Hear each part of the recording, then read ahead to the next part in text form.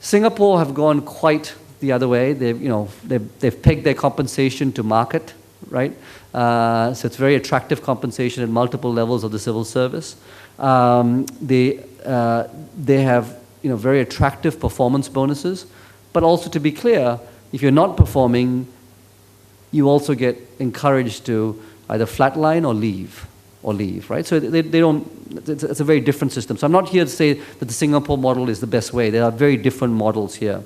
What I like, though, it's not just about compensation. It's not just about compensation. It's very hard for the civil service to compete on compensation with the private sector. Promotion and recognition is a huge part. Promotion and recognition is a huge part. So again, the Singapore example, if you look at the permanent secretaries, one of the youngest permanent secretaries is Gabriel Lim. He's 43 years old. 43 years old as a permanent secretary, right, in the Ministry of Communications. And he got there on merit, on promotions, right? So it's not about, we're just going to pay more money. It's, how do we get people promoted? That's often the reward as opposed to just comp. China, again, many people say, yes, China's not a democracy, but let's be extremely clear. China is a meritocracy. China may not be a democracy, but China is a meritocracy, right? And for the civil service, performance matters. If you don't perform, you get moved out. If you do perform, there's upside. For some of the most senior posts in China, the upside on compensation is high. I've heard numbers of 30 to 50%. That is not just compensation, it's benefits, houses, drivers, medical benefits, etc. But that's an upside. So meritocracy on performance is important. So that's internal performance management. If that's best practice, what's next practice? I think many governments are saying, you know what? External performance management. If internal performance management is me reviewing my direct reports' performance, external performance management is using people outside the civil service, particularly the public. So this is an example. Some of you may have seen this. It's called OSRT. There's parts of the US, parts of India that are using it. Effectively, it allows citizens with their smartphone to walk around, and if they see a problem, to tag it. So if I'm walking down Galle Face and I see a pothole, I can take a photograph. The photograph is geotagged and immediately gets put on a website with the location. And it stays there until it's fixed. Okay?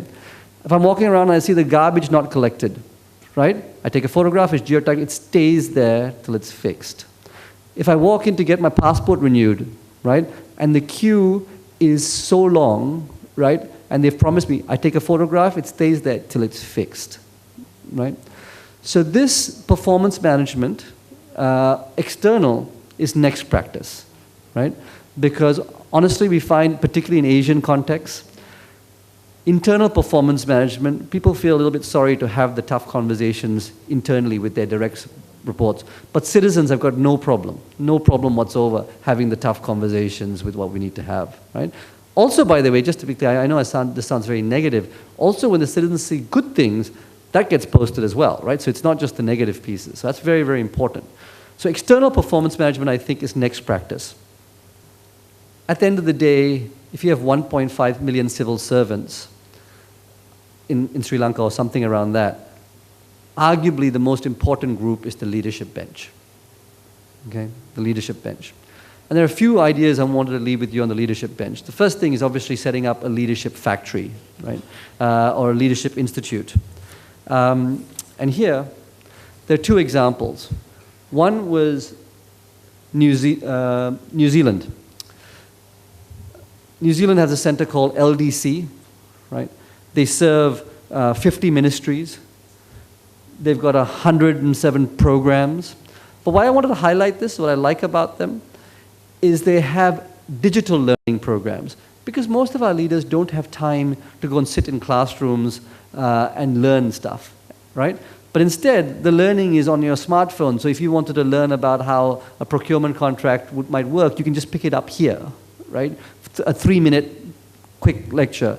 It's also getting leaders to share their own learnings with other leaders, right? So it's actually kind of next generation. But across the world, I think it's extremely important to have your own leadership institute. It doesn't mean, by the way, you do this all yourself. China is a good example where they do some themselves and they do others in partnership with the Kennedy School, right? So this is the China program, and you know, as you can see, they do it. Kennedy School in partnership with Tsinghua University. 300 people have been through that in the last 5 years. They've put over $1 million for another 55 to go each year, right? But this level of partnership, again, helps invest in amongst the most critical capabilities, which is the leadership bench. So, next, best practice, setting up a leadership institute, potentially in partnership, and also being digitally enabled. What's next practice on leadership? And this, I think, might be particularly interesting for also the private sector. How do you unlock the critical 2% of the organization that drive 90% of the result? The critical 2% of the people that drive 90% of the result. How do you unlock that? Traditionally, HR worked like the left-hand side of this page. You say, okay, if I was in a bank, the most important people are my CEO and my top team. Okay? If I'm in the civil service, the most important people are all the permanent secretaries across the key ministries, the left-hand side of this chart, right? What we have found is actually the most critical roles are not at the top level. They're usually 2 or 3 levels down, right? And the Prime Minister or the head of the civil service has no idea who those people are. So, is the permanent secretary of the Ministry of Trade important? Yes. But how about the person who's actually doing the free trade negotiations with Singapore? Who is that person? How good is that person? That's a critical role. Is the permanent secretary of the Ministry of Finance important? Absolutely. But how about the DG of Customs and the DG of Inland Revenue, right? You know, are we rewarding that person? Are we looking after that person? You know, how do we even know the person's name, right? And what we find is a complete unlock in performance is looking at the N-2 or N-3. In the private sector, we find the most valuable roles, right?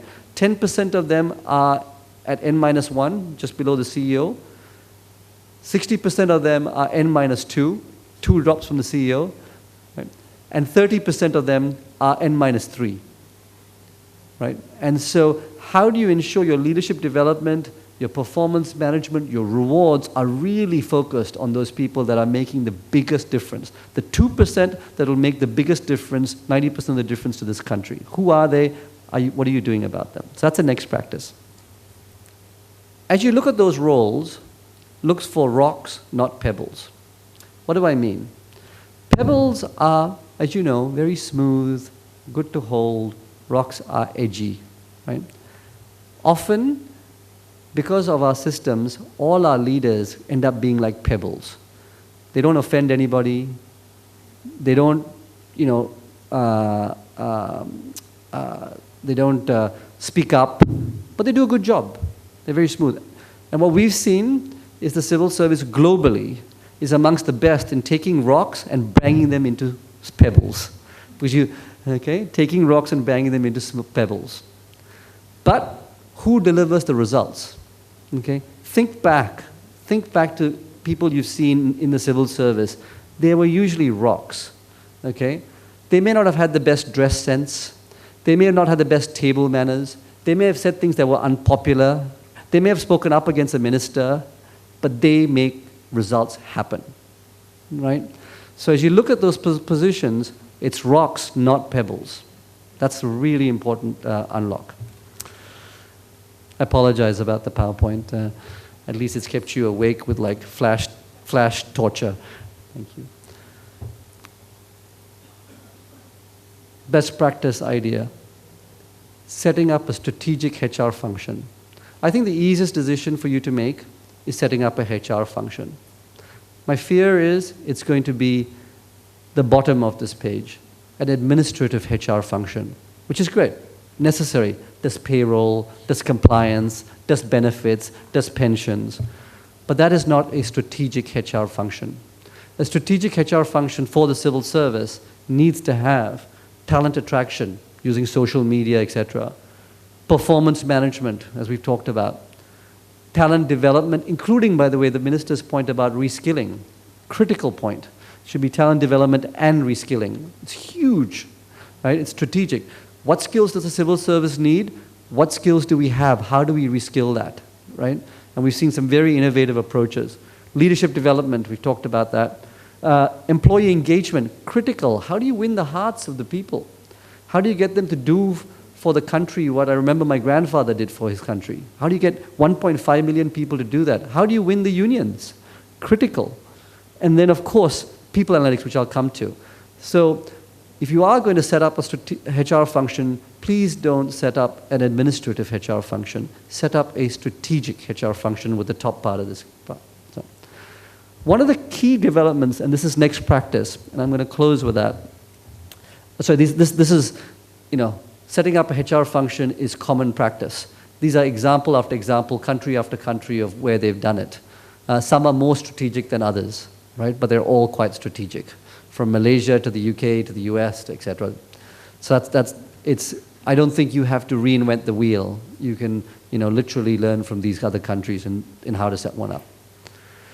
The final piece, people analytics. We talked about how analytics are used to catch UK people who take student loans and escape to Australia. But how about people analytics for yourself? One of the common questions I get asked from governments around the world, what if Google was running this government? What would they do? What would Google do if they ran this government? And beyond the analytics with the citizens, they would apply it to their people, right? Because otherwise, the HR is very, very paper-intensive, judgment-based. It's not rich in analysis. When in fact, with 1.5 million people and so many applications, you have so much data. How do you use that to make better decisions? Let me give you two examples. This is an organization that receives 250,000 resumes a year. That's a lot. 250,000 resumes a year. And partly it cost a lot of money to screen those resumes one by one, and partly they didn't feel they were making the right decisions on who they were hiring and who they were not hiring, right? So they used people analytics. They put all the resumes through a machine learning advanced analytics that could read that. It's relatively inexpensive. The benefits beyond were significant. They were found that 5% of people, they could just go straight through to interview without a human looking at the resume. 5% of the 250,000 resumes could go straight to interview without a human looking at it. 50% could be just immediately have an automatic rejection letter without a human looking at it. Okay? But also what I like about this is when humans look at it, they bring bias. Okay? When they look at it, say, that person's like me, so I'll think that person should get in. That person's not like me, so I shouldn't. It's not a conscious bias, it's often an unconscious bias. So what I liked about this was the last point. 15% more women got through. Okay? Because what they had was a whole bunch of men doing these resume screens, and by taking the men and the women out and just putting a machine there to review it, 15% more women got through, and therefore 15% higher quality talent. Right? So that was a game changer. Another example here is our firm, just as an example. We are a global firm. We have people across 60 countries, but we use people analytics on ourselves, right? So there's a certain group of people that have been in our firm for about 3 to 5 years that are at the highest risk of leaving. The 3 to 5 years is the highest risk of leaving. They've had great experience, and people are poaching them all the time, right? And so this might be frightening, but I'll tell you what we do. We use people analytics on our people. So that group, 3 to 5 years, right? We look at their email connections. We don't read their emails, the email connections, right? And And you can predict with quite some high probability someone is leaving based on two things. Number one, how connected are they? Or they're sitting in their island at their desk doing their work. Pretty straightforward. Second point, how connected are they to partners and mentors and sponsors who will help them be successful, right? And based on that information, we can proactively help people who might 6 months from now leave with quite some certainty, right? So that's people analytics on ourselves. So that would be next practice, if you will. Because I've only had 35 minutes, I've gone through that rather quickly. But let me close there with those ideas. Again, a set of best practice, 5 ideas, and a set of next practice, 5 ideas. I hope some of them will help you unlock the potential in the public and private sector in Sri Lanka. Thank you so much for your attention.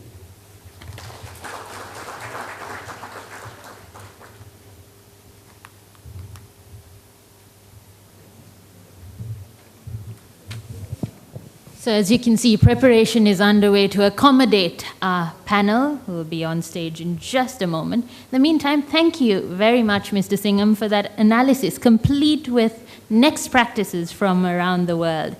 We appreciate your unique approach of starting from the strengths, which you are acquainted with even better, with that surprise announcement that you are indeed from Sri Lanka and have a history with your family in the civil service. And we appreciate that you looked at the strengths that we have rather than just bemoaning the issues. But because the issues do exist, we now have a panel of some of our best minds in the public service and the private sector to consider how some of these insights can be used in the Sri Lankan context. The problems they're taking on now may be cool, or they may not be, but we do know that these people have been determined to get to the bottom of them. You may have your own questions in the audience, and please hold on to them because there will be an opportunity for you to voice them. So now, please welcome, as they take their places on stage, our panel, beginning with Mr. Seelan Singham, the senior partner of McKinsey. You've met him already and heard from him. Mr. Rolf Blazer, the designated CEO of Bowers Sri Lanka. Mr. Kanagasabapathy, the president of the public sector wing of the Chartered Accountants of Sri Lanka. Mr. S. Ranagi, the member of the Public Service Commission. Ms. Wasantha Pereira, the Director General of SLIDA. Mr. Pradeepa Kakulavala, president of the AHRP. And of course, our moderator for this session, chairman of the NHRDC, Mr. Dinesh Veerakodi.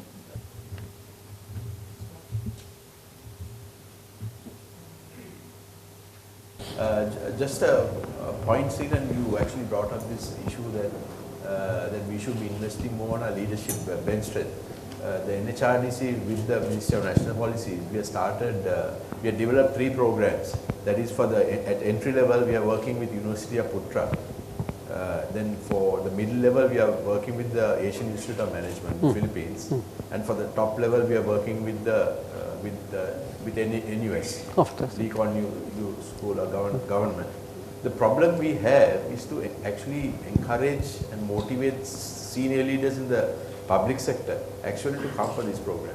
Now, for example, if I look in the audience, other than maybe 1 or 2 secretaries, I can't see anybody here, right? So I'll actually turn to you. You are a former secretary of the secretary, plus you are a powerful man in the Public Service Commission. Why is it?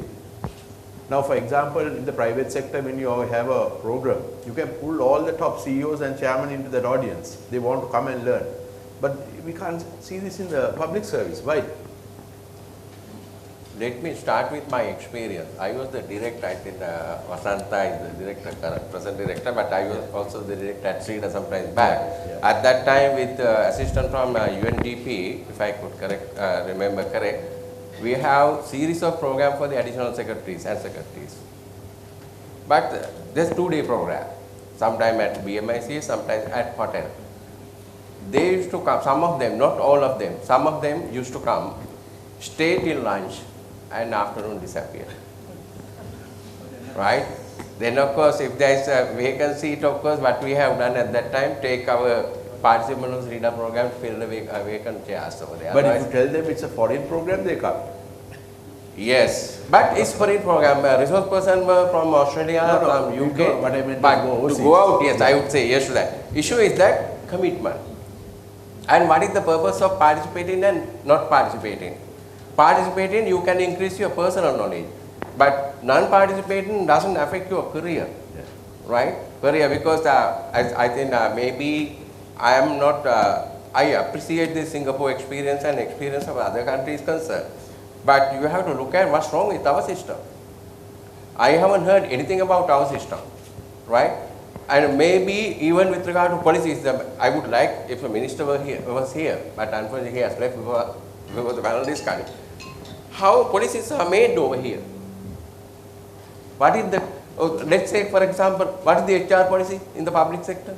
I am not quite comfortable when you say private sector HR policy and public sector. Two different things completely, right? When you come to recruitment, when you come to promotion, when you come to rewarding, when you come to retirement, I think certain differences are. Retirement's okay, I would say exit will be same. But when you come to recruitment, what is the government recruitment policy? Now we are going to recruit all unemployment graduates in the public sector. Are there vacancies? For what? To do what? There is no purpose as such.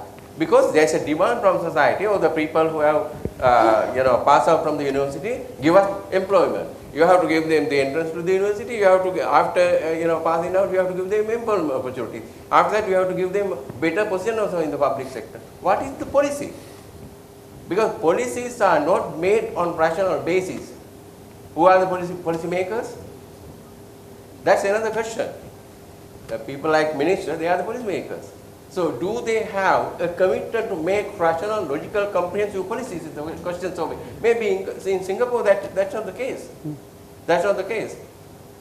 Here of course we can't hardly find fault with the bureaucrat or the public servant themselves.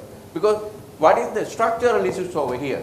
We have been trying to address the structural issues with various reform committees. The most well-known one is 1986 ARC, Admin Reform Committee, by late Dr. Shelton Manasinghe. He was the chairman.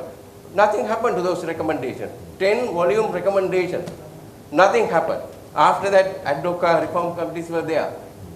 I saw over here also 1998, of course, they introduced the appraisal system. What has happened to that? So, because there is no consistency in the policy making at the highest level with regard to any aspect of HR process. Those are the issues. Yeah. Even salary. The workers or the employees will have demand for higher salaries. There is no, government won't say that you will get a salary increase because of higher performance. No, it is not there. Yeah. Even the promotional prospect. Yeah, okay. I don't say that is not in place, but when you come to public service, of course, we have three categories over here. The central public service, although we don't use the word central, we have about, I would say, when you look at the Public Service Commission, of course, we have got about 600,000 people coming under the purview of the Public Service Commission. Yeah. Again, we have provincial public service, another 300,000. Then, of course, we have the corporation sector, another, I think, 230,000 public servants. They all together, we have about almost around 1.4 million public servants. Yeah. Do we need such a large number? We have to question ourselves. Maybe maybe people who are advising the government, I think McKinsey also, they are also advising. We have to ask them, policymaker, do we need such a large number? Are we to generate employment within the government? Are we to generate employment within the country? Yeah, good point. I'll stop you there and move to Mr. Kanaka Sabapathy. Since you have seen both sides of it, right? How do we actually ring fence these public servants?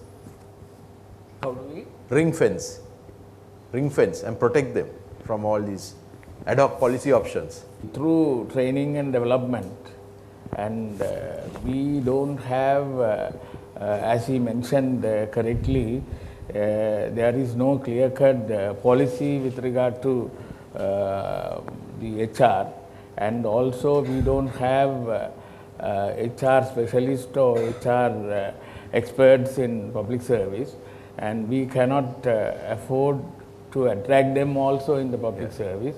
And compensation is not attractive enough. Compensation we can't attract.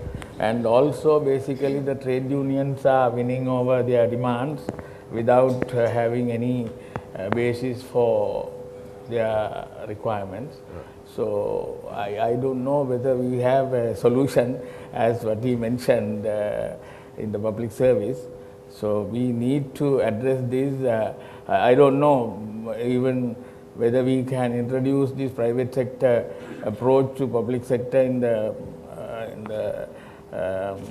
in impressing the public servants. Okay. Basically, I would say that we need to incentivize, and also performance evaluation systems have to be introduced. And today, you know, whether you perform on it, you get your promotion, you get your increments and all that. So unless you introduce something novel, maybe a change system as what happened in New Zealand or whatever, we have to bring change management and introduce something which will impress the public service. Okay.